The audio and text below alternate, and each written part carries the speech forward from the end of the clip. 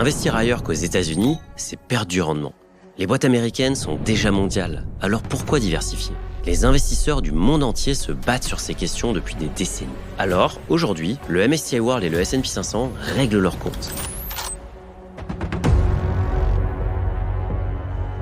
Dans le coin bleu, on retrouve le S&P 500, un indice créé par Standard & Poor's en 1957 qui regroupe 500 entreprises, toutes américaines.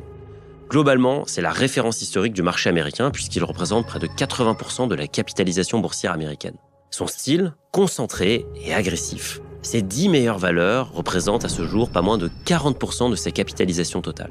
Dans le coin rouge, on accueille le MSCI World, un indice créé par Morgan Stanley Capital International en 1961. Il totalise environ 1500 entreprises de 23 pays développés différents. Son style à lui, diversifié et plus équilibré. Contrairement à son adversaire, ses 10 meilleures valeurs ne représentent que 28% de l'indice. Mais attention, le MSCI World n'est pas si international qu'on pourrait le croire, avec une composition à 70% d'actions américaines. Une autre surprise à propos de l'indice phare de MSCI, la Chine, la deuxième puissance économique mondiale, est totalement absente de l'indice. L'Inde, un autre pays qui est en train d'accélérer très fort, est également absent. Pour investir dans leurs entreprises, il faut passer au MSCI ACWI, All Countries World Index, un indice beaucoup plus large qui regroupe 23 pays développés et 24 pays émergents. Attention, aucun ETF de l'indice MSCI World ACWI n'est disponible sur PEA.